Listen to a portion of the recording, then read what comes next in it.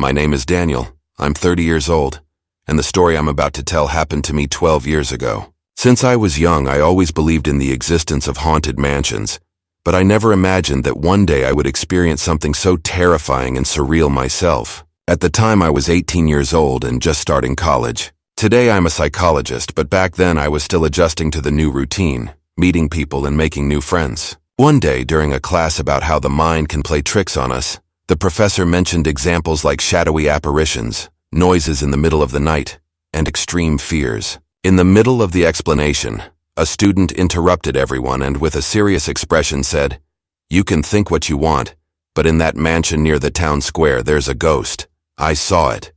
The comment was met with laughter from the class, but the student remained unfazed, reaffirming, "Laugh all you want, but there's a woman there, a bride." First, you only hear her voice, humming through the hallways, and eventually, she appears in front of you. The professor, trying to regain control of the class, ignored the comment, but I was deeply intrigued. That mansion was familiar to me, and the idea that a ghost might be connected to it sparked a curiosity in me that I couldn't ignore. During the break, I approached the guy and asked for more details about the bride. I explained that I needed to visit the house because at the time, I was working for the city's electric company and had been assigned to make some repairs to the wiring, which was interfering with the street lighting.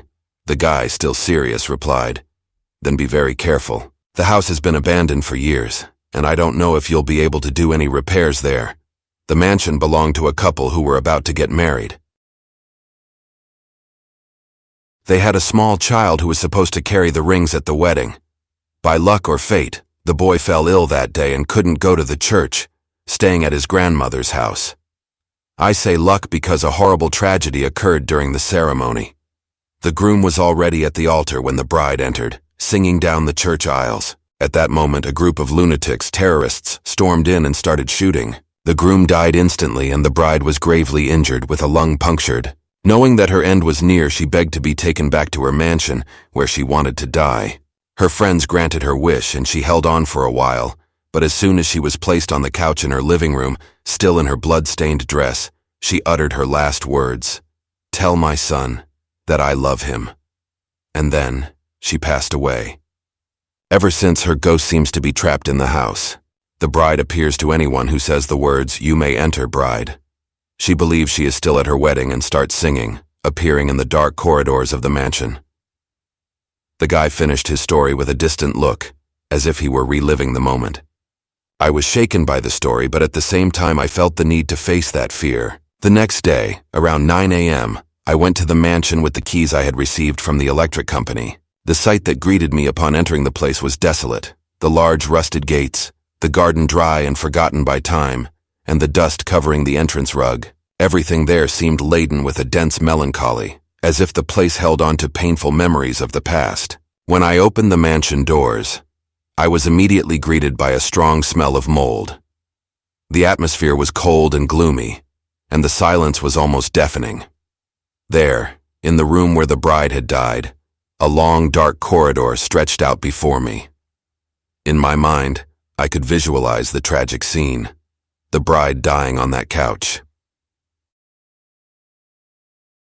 My heart began to beat faster, and with a mixture of fear and determination I whispered, "You may enter, bride." The silence was broken by a slight whisper of wind that seemed to wrap around the walls and fill the room. Suddenly a sweet melody began to echo down the hallway, a feminine voice, beautiful yet terrifying at the same time.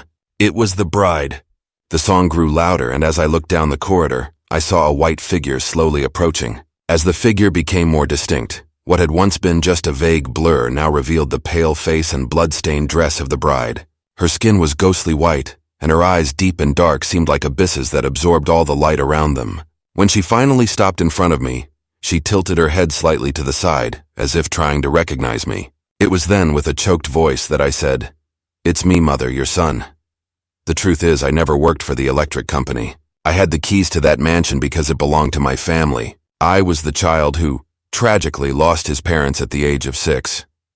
That day, I was at the house because upon turning 18, the mansion had officially been passed down to me. When I heard the guy talk about the legend, I knew I had to return to that house. I wanted the chance to see my mother again, and there she was standing before me. Tears streamed down my face as my mother, with her cold, ethereal hands, caressed my cheek. I felt a mixture of love and sadness that seemed to envelop the entire room.